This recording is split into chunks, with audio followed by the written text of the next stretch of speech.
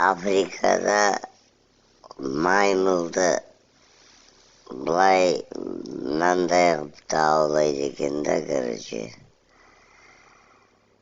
Бір ананас па, сондай бір нәрсені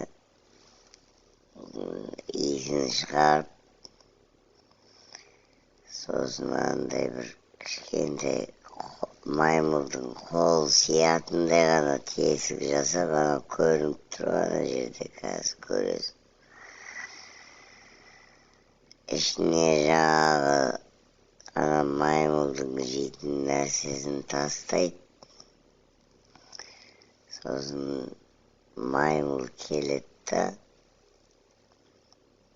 келе жатыр ғой, көрдің ба? Келеді да, ананы алады да. Бірақ ол қолын бүйтіп сұққан кезде қол сияды да, бірақ ананы алған кезде қол шықпай қалады.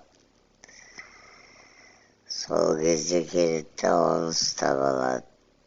Далбайып ананы жібере салып, қолын бүйтіп қайттан бүйтіп суырып алса болады да. Оны анау жібермейді. Сөйтеді да, анау тұтқынға түседі.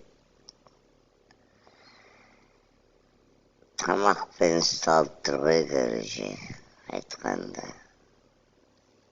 Тамақпен.